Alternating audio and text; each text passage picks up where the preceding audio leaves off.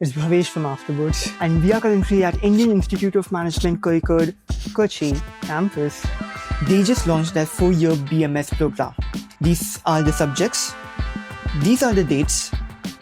This is the exam syllabus. JEE, SAT, ACT, they are also accepted. Your 10th and 12th scores are also considered along with a personal interview round.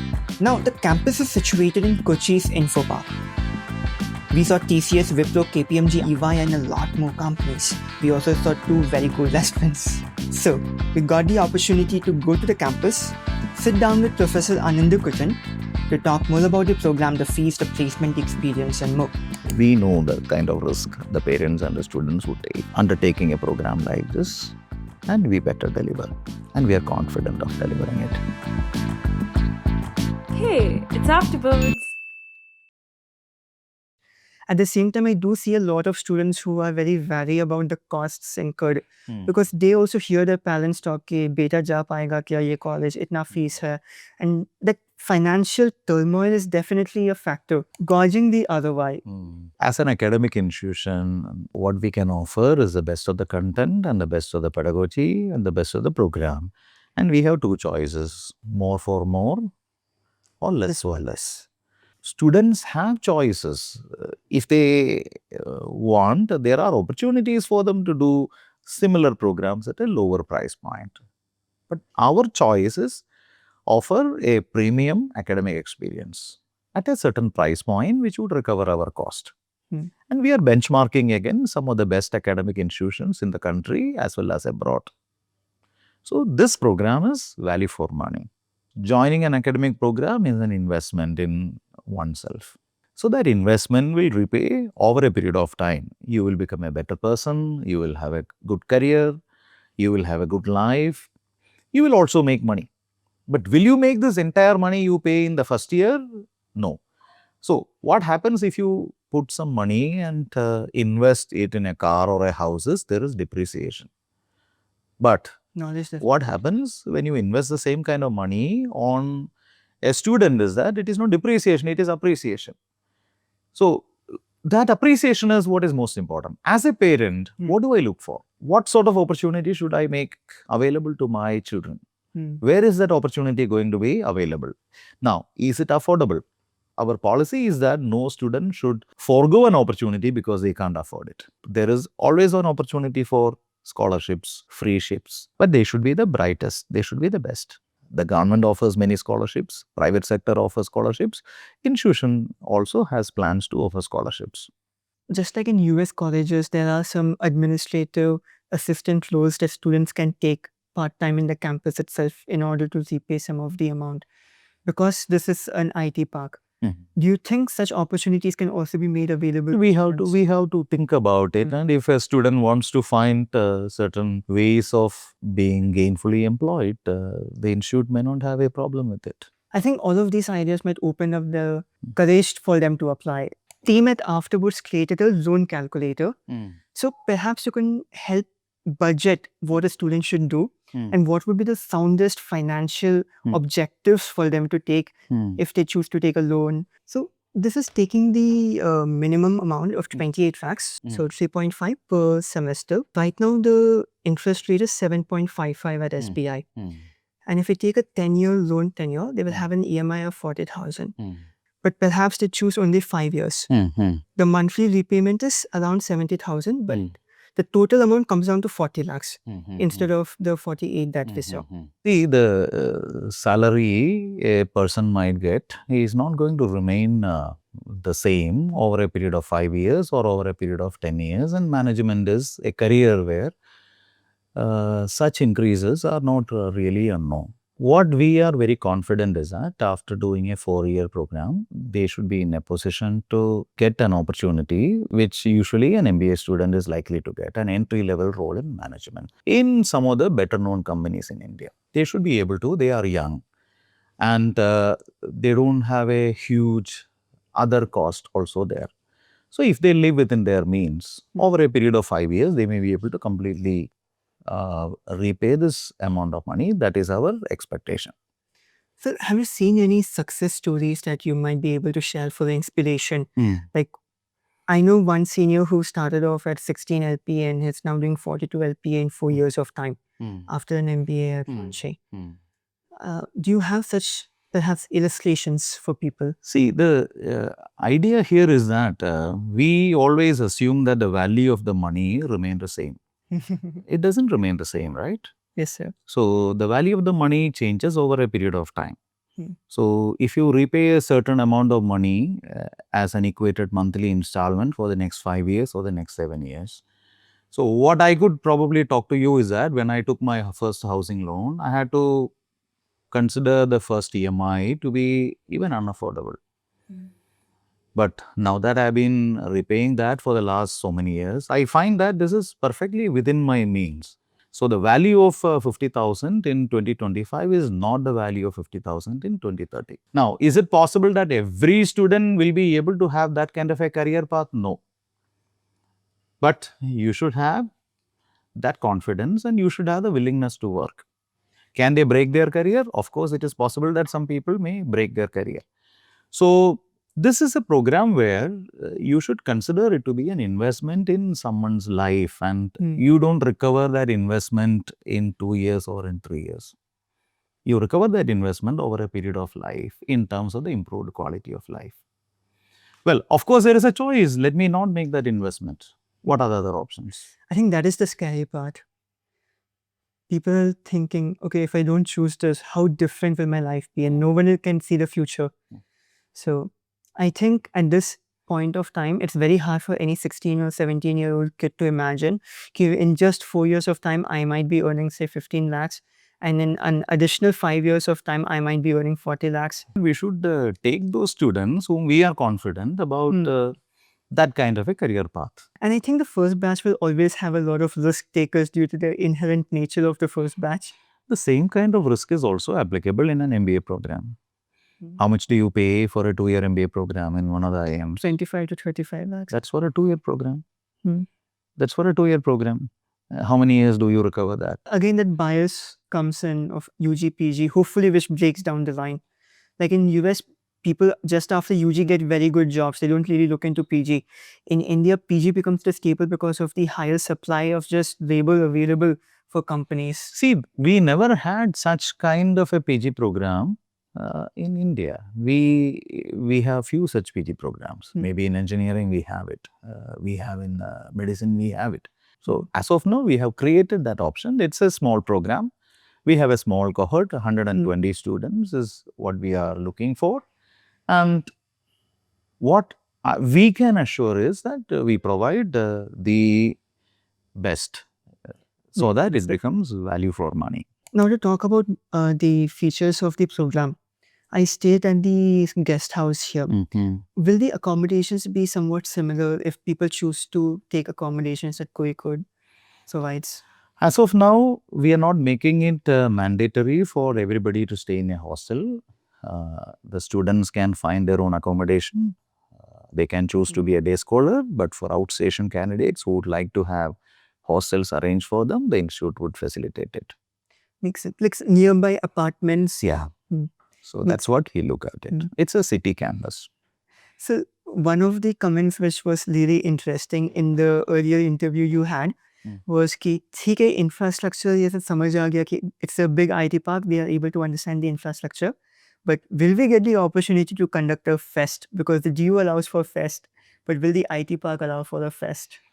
It's a big city, right? What sort of infrastructure do you need to have a fest? Just get some community hall and conduct. Yeah. No, not even that. As of now, when you are coming in, you would have seen that there are some arrangements going just outside about a fest that is happening there. So now coming to the entrance exam, up to what level would you tell them to prepare? Like perhaps JEE is overkill. Should it be IPMAT and all, or is that an overkill, or should it be JIPMAT? Should it be CUET? Should it be SAT? See, honestly, it doesn't matter. Let's say 10,000 students apply for this test. We need to interview 1,000 students. Whom do we interview? The top 1,000 students. If the test is difficult, the top 1,000 students. The test is easy, the top 1,000 students. So the scope of the difficulty would also change. Like So if you tell a marketing course, okay, learn Kotlin and come, Hmm. some kid might only learn the first 4 P's Hmm. without knowing that 11 P's have come, 12 P's have come, and more advancements have come. Hmm. So can someone just get that assurity so the ambiguity goes away? Ki, hey, Hmm. if I learn until IPMAT indoor level, Hmm. I will be a good candidate for the exam. Most of the questions in CAT or in IPMAT about applications of the fundamental theoretical framework. Like if you have the basic algebra, you are able to answer any questions from algebra. But probably it would require a deeper thinking. So similarly, if you are familiar with the progressions, if you are familiar with the basic trigonometry, well, you will be able to answer all sorts of questions. Now, the syllabus doesn't go beyond it. Suppose if I ask you questions on, differential calculus, I can say that is bad. But as long as it is within the content. Now, generally we focus on the application questions. So, in terms of that, it will be very similar to CAT.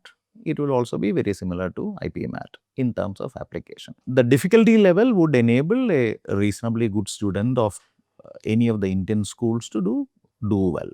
So, it's not like we want to create a test which is so difficult that nobody would answer any of the questions right. So, our idea is that a good student, having done well in 10th standard and 12th standard, particularly 10th standard, should be able to answer most of the questions. There is a team that is working on making a set of questions. Once they complete the set of questions, the first round of questions, we can provide a model question paper. I saw that JEE and SAT is accepted, and that also shows that you want the best talent pool to choose students. Can we see IPMAT indoor also as an accepted test in the coming years, or is that something that is not in As of discussion? now, we decided not to consider that because we had to put in a lot more of work, and having a collaboration with another institute would take some time. So that is why this year we have not considered that. So is there a competitive JEE or SAT school that you could perhaps tell people? People are very calculative in that nature. Should I spend the money and pay the application fee if my score is this much? Is it a good number? And that creates a lot of ambiguity. But it is understandable. It's the first time. Yeah, the first time, the top 10 percentile is likely to get a call. That's all what we can say. So if they are in overall top 10 percentile of India, they perhaps have a higher chance of doing that, provided they have done reasonably well in 10th and 12th. Yes. But if their performance is a little poor in 10th and 12th, they may have to have a higher percentile in the score. So it gives them an opportunity to do better in the entrance test and then do well. Would the team be sharing the rubrics of the 10th, 12th weightage? Or? No, see, the question here is there are multiple boards. And then again, there is a standardization that is there, which is done already for our shortlisting for MBA. The same standardization we'll be using. But can we know if it is 10% of total points like in CAT, we get a nice table that your CAT... The admission policy, I believe they'll be uploading in a couple of days' time, the detailed admission policy. So, some students, they're very much into entrepreneurship. And having a program like this will obviously support them because of the amount of free time that they get. So, what are the opportunities that they can leverage as a IIM Kozhikode Kochi campus student to further their entrepreneurial drive? In Kozhikode, we have a LIVE. LIVE is a entrepreneurship venturing innovation center. So we do support students, and in Kozhikode we also have an e-cell. Several of our alumni act as mentors to those who are interested in taking up an entrepreneurial career. Kochi is the hub of innovation. There are quite a lot of many initiatives, and a lot of startups also come from Kochi. So there is a very vibrant chapter of TIE, which is there in Kochi. And all of us will, if somebody is interested in entrepreneurship, probably Kochi is the right place to be in. So how would you describe a daily life of a student who comes here? Because I believe that a lot of students get very aspirational once they imagine and picture how their life is going to be in the 4 years. So let's say they wake up at 6 a.m., they have a little bit of exercise at the PG that they're staying with their friends or their own accommodation. Then the classes might start at 8, 8:39. So they are likely to have classes for around, at the most around 5 hours a day, from Monday to Friday. It's a semester long program. So Saturday, Sundays, there won't be any scheduled classes on any of the core courses. But at the same time, the program also has several add-on modules, like for example, foreign language, if they would like to learn a foreign language, they want to learn a little bit more programming, if they wanted to learn mindfulness. So these programs usually will be planned for Saturdays, Sundays, not on all Saturdays, Sundays, during the term breaks, during the vacation, so that they get an opportunity to do that. But at the same time, at least in the first couple of years, it will give them enough free time so that they can also explore their own interest. It is not a trimester-based system where we have multiple courses, 6 to 7 courses, which is to be completed in a 10 weeks time. So what would your ideal student look like in those hours? Like what would you want them to do and how would you want them to achieve that? We want our ideal student to be driven first by curiosity. Finally, there is only one life. Maybe there is another, I don't know. So what you make out of that life? People develop certain passions based on their interest. So if they are interested and if they are passionate about their interest, an academic program would provide them the necessary space to explore their interest. So they will not be unidimensional. So they will not go to a company and say, look, I'm good in Python and spreadsheet modeling. No, they are entrepreneurial. They like to engage with people. They generally have a positive mindset. They want to be contributing to any organization. They want to bring a difference to their own lives as well as others' lives. So we want them to invest in themselves, in picking up interest, picking them skills, so that they find a meaning in life. So that is the kind of students we want. This is not like a training program, so that once you complete the training program, you have a specific takeaway skill so that they get unemployed. That is not. An academic program is also about becoming a better person, exploring whatever that you want to do. And suppose after the 4 years of program, if they say, I don't want to be in business management, it should allow them to do a PhD. It should allow them to probably work in a non-government sector. It should allow them to become a journalist also. Nowadays, I believe that the parents are also considerate enough to allow their children to take up such options also. So one student asked on Reddit, will a student be rejected for having mediocre academics? They have 70% in 10th and 12th, no ECAs right now, but they have passion, but they're not sure if their test scores will be enough. So will interview play a very vital role in judging would them? Play a very vital role. We would want to meet them. We would want to talk to them. And if they are able to make an exceptional impression on the panel, well, they can be. But exceptions must be exceptions, right? Makes sense, sir. I had one of the lowest IPMAT in law school in my batch. And when I spoke with the chairperson, he said that interviews and IIMs make it or break it, because in the exam, you might have, say, 7 out of 10 points or 10 out of 10 points. But in interview, professors might give you 0 out of 35 or 35 out of 35. We don't give 0. The variation, as your professor indicated, will certainly be there. 0 is difficult to defend. Makes sense, sir. But then probably 3 to 9 out of 10 might be there. The first batch is always very dear to the professor's heart. Where would you expect them to take things forward? And apart from all the positive attributes and adjectives that is used to describe them, what would make you the most proud if a student did something? They share our vision for the program and they co-create the program. Actually, they are the program. They are the most important ingredients to the program. It is not a passive program. It's a program that is being shaped. So we want them to be partners rather than simply going through the program. So since NEP is also being heavily talked about, would there be an option to take sabbatical, say after first year itself? They explore, they're like, okay, I have an idea, I want to do a venture, but I want to put my degree on pause. Can I come back after 1 more year? And NEP is being rolled out, and this is something which all of us will have to abide by. As of now, the NEP envisages multiple entry and exit options. So all those options shall be certainly provided to the students. Now, a sabbatical, we'll have to consider that because we also need some aspects of a cohort system. So considering those limitations, what NEP allows, we are mandated to do that. Makes sense, sir.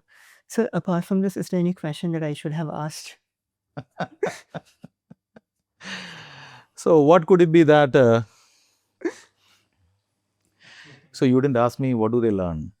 So that is heavily mentioned in the website with 4 bullet pointers. Like in the mail I said, I wanted to ask things perhaps which is not Googleable in the first go.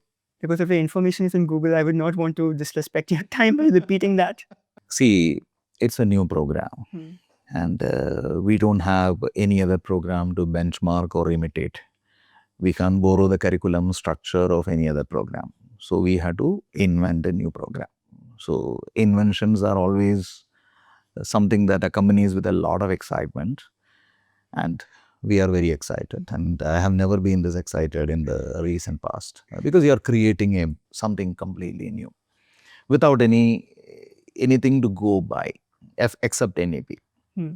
So we believe it's a good program. Now, the question will remain, is it value for money? That many people ask me. I would say yes. Value for money doesn't mean it is cheap. It also forces us to deliver. Because we know the kind of risk the parents and the students would take in undertaking a program like this, and we better deliver. And we are confident of delivering it. I personally find that the biggest contention that people have to campus life won't be there. It's very misleading because of the other opportunities that they might be blindsided towards. So based on your experience at main campus, Kozhikode and Kochi campus, what would you tell to students like them?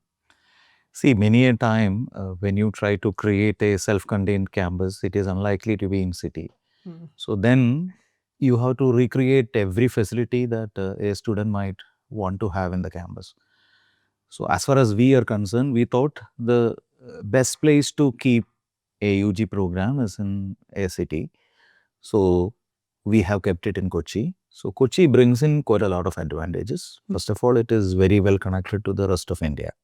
There are multiple flights from Delhi, from Bangalore, from Calcutta. You can come over here very easily. It's a railhead. Now, this is one of the oldest cities in South India. We have historical relationship with the Arabs, the Chinese. Even now, that trade continues. So, there is a port in Kochi. There is a naval base in Kochi. There is a lot of business, thriving businesses in Kochi. So, as of now, we are sitting inside Info Park, where you name any IT company like TCS, it is there. So, we are in the middle of a city. So, you have a lot of corporate connect. And we have a very active local management association. It's called the Kerala Management Association. This is not new, right? From 1940s, we had Kochi, known for manufacturing, petroleum-based industry, pharmaceutical industry. So, a lot of businesses were thriving. So, you have a corpus of qualified managers. So, this is the right place to be in. And if you are fond of exploring Kerala, which is a gods of country, Munnar is just 100 kilometers away. The backwaters may be a couple of kilometers away. So that's what Kerala is, you get a kind of like a facility to explore Kerala during a 4-year period of time. I completely forgot that now students won't have to ask for leave. I'm leaving the campus, please give permission. How would you plan to leverage all these companies that are around us in order to facilitate education? We started our Kochi operations with an EPGP, which leads to an MBA. Now we have the 11th batch. So after this interview, I have a class for the 11th batch. They're second year elective. So we have a large number of alumni who graduated from this campus itself, working in and around Kochi. So already that connect is there. Almost 11 years of corporate connect is already there. So it is in their interest also to help IIM because every company requires talent, isn't it? So we provide our people, we provide consulting, we provide our academic inputs. We do quite a lot of training in the campus. So do you think there's a paradox of a lot of companies wanting skilled people and a lot of skilled people thinking that they are unemployed? I do not agree that skilled people remain unemployed. sometimes there can be a mismatch. Sometimes people can have very narrow preferences. I want to be employed in this particular sector, in this particular city, in this particular role, and this should be my salary. So, an education program would equip you to have the fundamental skills and the basic framework so that they are able to fit into multiple roles. But then again, there is a learning phase. It may take a couple of years. So, you should be open to experiment and explore. And whenever my students ask me, how should I choose a job? I would say, you choose it for the opportunity, for the experience, to learn, rather than just about the first month salary. Lot of MBAs, they may not continue on the job they joined from the campus beyond 6 months or 1 year. So, by the time they realize this is not for us. So, I believe partly because the learning stops and you no longer enjoy your job. So, sometimes you should have clarity what sort of a career you want to get into, what sort of an initial opportunity would allow me to get a lot of learning. So, some organizations are known for training the incoming batch. So, they become the universities of the corporates. Some organizations may be getting a job that means you either sink or swim. Some of them learn to swim, some of them might sink, and they decide this is not for us. So, it is wrong if there is a perception that a student is very skilled and is not able to find employment. But sometimes there is a mismatch between the specific aspirations. Some people are too specific, and such opportunities may not be available in the kind of places they want such opportunities.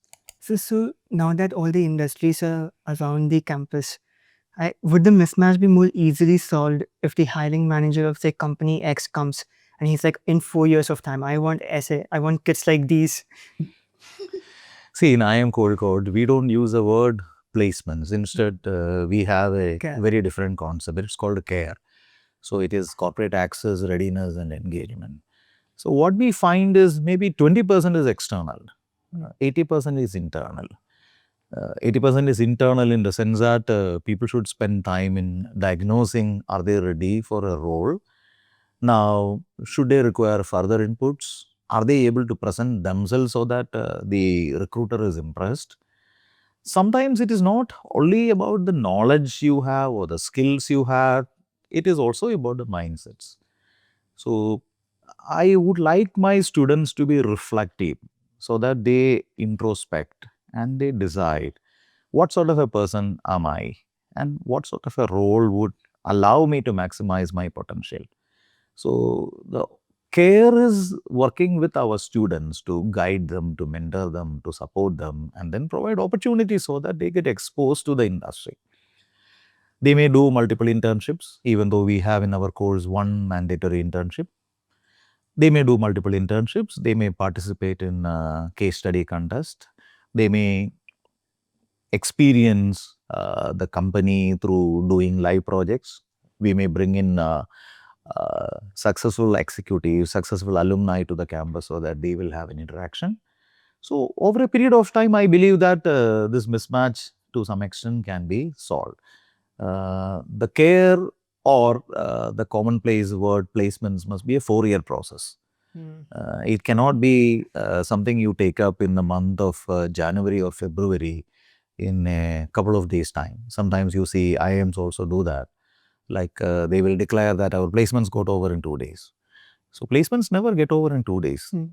Placements is something that has to be a continuing process. Coming to the program, when BMS was chosen as the degree, why BMS? Being a marketing faculty, I can tell you that whenever we hear a word, there are certain perceptions and certain ideas and imagery gets triggered in your mind. So, BCom comes with certain perceptions, BBA comes with certain perceptions, like someone says, Dettol. Well, Dettol is fine for an antiseptic liquid, but not fine for an ice cream.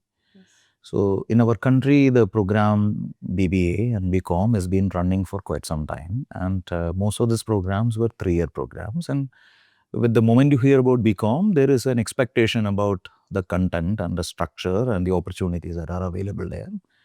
Well, some of them are exceptionally well-run programs, but at the same time, we wanted to take a clean slate and then build on it to design a program The two inputs that we took over is one is the national education policy, the new education policy.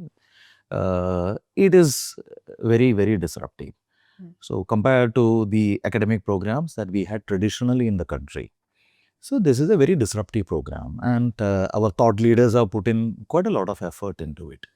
So this new education policy envisages programs which are flexible, programs with multidisciplinary inputs that would allow students to explore various academic disciplines and then decide and create the kind of degree that they want to do, which allows them to major in some subjects and also have minor in other subjects. So they can be specialist, but at the same time they can be generalist. So we thought that flexibility and the freedom and the design options are better met in a BMS because BMS doesn't bring in something like the rigid perceptions that you have with a BBA or an IPM or a BCom. We wanted the program to be better integrated with the kind of undergrad programs the rest of the world is offering, so that they get opportunities to probably continue their studies after the program. Let's say like doing a PhD, a 4-year undergraduate degree would allow them to continue to a PhD, as you might be aware of. It also would allow them to have a very dovetailed international exchange program so that they can spend a semester there. As of now, we don't have a previous batch. We only have a promise. The promise is that we will give them probably the best IIM Kozhikode can offer them. Like giving them the option to tailor the degree and giving them majors, minors, electives, internships, placement assistance, and the placement assistance is also done by the same team that takes care of MBA placement assistance. So we have a lot of experience and expertise in running this program. 2 years back, we introduced SCARE. It's an institutional-wide program and the students are also involved there. So we have a very dynamic team of MBA students and we have a 1-year MBA. Their team is also there and we are able to work together, not at cross purposes. As of now, we are able to work together. And we'll be able to bring in some of that expertise to this program also. One promise which perhaps many students thought was huge was the 4-year students will be as capable as MBA freshers.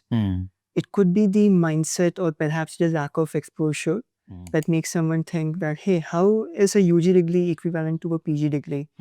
What would you tell to students like them to perhaps change their mind? No, see, what is it that an institution can offer? We can provide the inputs to the students and we can work with them, mentor them so that they become better. So it is our aspiration that a graduate of BMS, they should be in a position to take up any of the entry-level managerial roles that are available in the industry. Now, the second part is that similarly, the recruiters, they would like to look at talents. Even now, they look at undergrad campuses, like some of the DU colleges, they go there and recruit students. Sometimes for sales marketing jobs, they do take students after even a 3-year degree. So finally, the industry recruitment is about the skills, about the ability. So suppose if we offer more choices, the industry will be happy about it, right?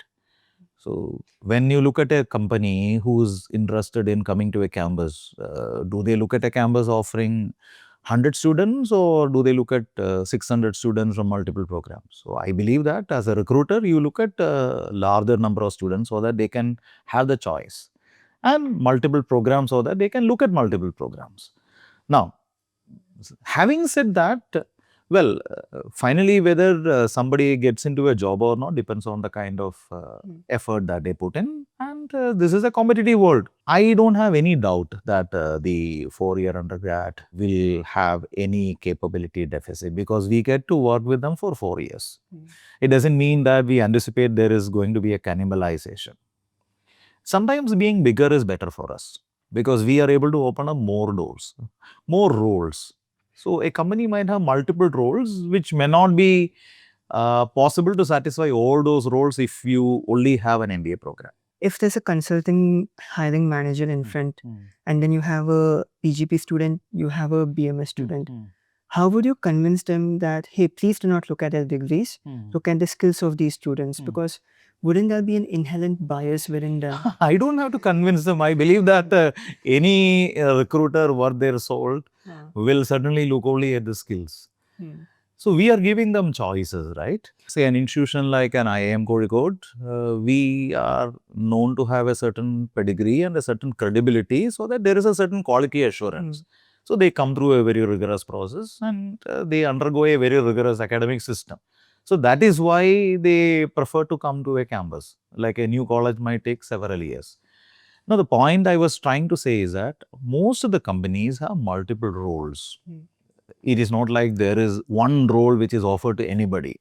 So we have a program, a one-year program called MBA in Business Leadership. We have students with 6 years, 7 years, 8 years experience. So when a company come to the campus, well, they have certain roles suited for such people. They will also consider our MBA students. Some of those MBA students have 2 to 3 years of experience. So they undergo a lateral placement. Some of them, they just straight away come after a 3-year degree.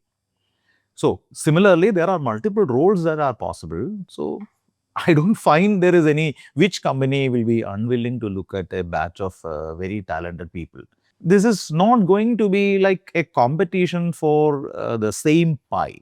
We should be able to enhance the size of the pie by reaching out to a larger number of people. We should be able to have considerable investments in our outbound marketing. Every year after year, and as an academic institution, we should be able to attract more and more recruiters. That is the challenge. It is not like, we get, let's say, 100 companies, and now that the 100 companies will have to recruit also the undergrads. That's not the idea. Makes sense, sir. So in that case, wouldn't perhaps a management rule state that just club all the students and unify the placement process if they're capable enough?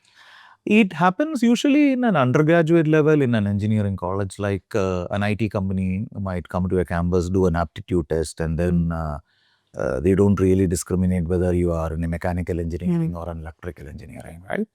But this program allows us to have multiple specializations and multiple backgrounds. They are not like everybody is similar. We are not in a commoditized space.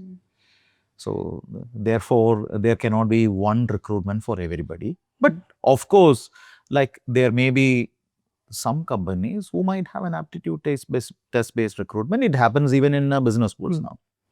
Like perhaps the vision might be, okay, there's a company coming for consulting. They're going to judge me on the basis of the pitch decks I submit to them. So we can just hide the fact if they're an MBA student or the UG student. Let everyone give their best attempt, let merit win at the end of the day. See, there is no standardized consultant role. Yes, sir. So, but even in PJP right now, the CVs are going from the placement cell. Yes. Why not put UG CVs also along with that? Because at the end, they can choose the best. No, we would like to see the business and we would like to see the role. And we would like to talk to the recruiter. What is that you are looking for? And that's what I was saying. Like a consulting company, we have the history of hiring people with 7 years experience. We have the experience of a consulting company hiring a fresher also. The same consulting company. So they have multiple roles. So there are roles that are applicable for people with a certain background and people without any experience also. What we can tell them is we can present the batch to them. Now, consulting companies might require sharp young minds with a certain specific skill sets. And if we are able to present that batch, I am very confident that the consulting company might consider such people. I think that would be very reassuring for people, because this might be the first time an IIM is giving placements after undergraduation. So there might be a disconnect with people. Okay, I need to complete my MBA, only then I'll get a placement. So right now, if they're getting perhaps the same roles as MBA freshers, the same company taken care by the care, no pun intended, then perhaps their minds can shift. Okay, I'm being put on the same level and importance as a PGP student. See, let me tell you that even now there are students having done an MBA, after a few years do a second MBA. So why do they do it? Isn't one MBA enough? So why not? Why do they do another MBA? Most of them do it abroad perhaps hoping to... Some of them do abroad, some of them do in India also. So the degree is basically not about the certificate you get, the degree is about the learning that you get. Degree is about the opportunities that you get. That's the way you look at it. Some people might be comfortable with a 4-year degree if that they can make a career. A lot of people with a B.Tech are heading organizations. So some of them might require an MBA. If they feel like there is a value addition in an MBA, they can certainly do that. So if you had to give some numbers for parents, what is the MBA freshers salary that CARE has seen throughout the 2 years? Like if you could please share some numbers. See, I have not really, because this is a new program and we don't have any projections to go by based on the past. But we believe that after a 4-year MBA, they will be able to have a reasonably good job that would allow them to earn enough so that they can repay the loan if they have taken a loan. So that's what we are anticipating. Makes sense, sir, because MBA freshers, based on some of the surveys we've had, you've seen people have from 14 LPA all the way that goes ahead depending on the skill sets. But we see most of them lying between 14 to 20. But then we look at other colleges which are central universities, like SSCBS recent placement said 11 lakhs. SRCC said 8 lakhs. Now IIM's masters are double, triple, quadruple of that. So how do we, like, what are the steps taken to ensure that perhaps the new undergraduate program will not be 8 LPA or 11 LPA, but perhaps double of that? How do we ensure that our students probably are able to get better opportunities? One is a very rigorous selection process. Secondly, the quality of inputs that they receive and the kind of skills that they have over multiple programs. So finally, the students are the raw material. I don't consider the student to be a customer, but instead the students are the raw material, students are the product. So the salary is a measure of the value they bring into the organization. So our job is to ensure that there is that value addition. So they have the skills that the industry would demand. So it is not at all easy because people bring in their own idiosyncrasies, there's a lot of variability with regard to their mindsets, their readiness for taking up some such roles. It is difficult, but at the same time, it is doable. And being an IIM, which is considered to be the top 3 in the country, we have something like 28 years of experience in doing it. Right from the first batch, we've been known to provide very good opportunities to our students. So there is no reason why, particularly in a country which is growing at a rapid clip. So maybe this is a part of the world which is showing a serious growth, India. While you look at US, while you look at Europe, there is a stagnation. So the more is the growth, more is certainly going to be the opportunities. So people need to perhaps remove the mindset of the existing BBA BMS course and look at it as a whole new course, which could do double the average of the top leading universities of our country.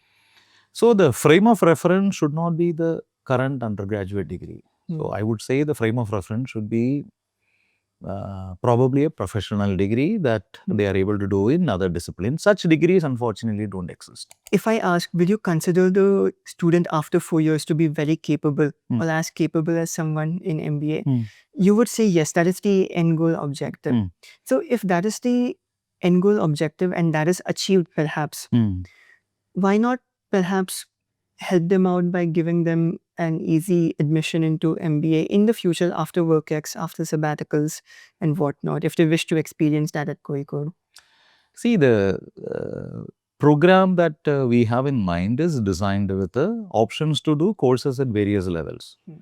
So the courses will be taught by the same faculty, the courses will have the same kind of content. Not all the courses, at least the courses which are in the field of management and in the field of specializations will be taught at the same level. So they will get the same inputs. So my suggestion is please focus more on the skills, right? See, it is like we are stuck with this notion that without an MBA, you cannot have an entry into a career, a business career. So earlier this option was not there. So people did some undergrad degree, and after that undergrad degree, if they wanted to get into business, they had to do an undergrad and then they had to do an MBA. So as of now, what we say is, if you don't want to do the other degrees like an engineering or a medicine or a law, well, here is an option that allows you to learn business maybe at the age of 80 for the next 4 years. Also explore different academic disciplines. And if you are still convinced that you want to be in business, you major in management studies. You look at a career in management studies. That is certainly possible. Now, they will do courses, and the new education policy, they have a system where the student will be a member of an academic bank of credits. And every course they do will go into that academic bank of credits. And they are also free to do extra courses from other institutions also. Nowadays, we find a lot of people doing extra courses from other institutions. So, once they have enough credits, they can also do MBA level credits. It is possible that they can even do PhD level credits, PhD level courses. So, that possibilities are there. Now, after a couple of years, suppose if they want to do an MBA, there are many different MBAs that are possible, right? So, IIM Kozhikode is having one of the biggest executive PGP. So, it's a 2-year program. So, once they get into a job after 3 years, if they say an MBA is necessary, they can do an executive postgraduate program, an EPGP and MBA. We have more than 700 students doing EPGP in a year. Now, suppose they believe that, no, I want to quit my job and then do a focused MBA. We have 1-year MBAs, which is picking up. A lot of 1-year MBAs are there. Now, if they are so particular about doing a 2-year MBA, that opportunity is also there. So, but they do not get any extra advantage of being.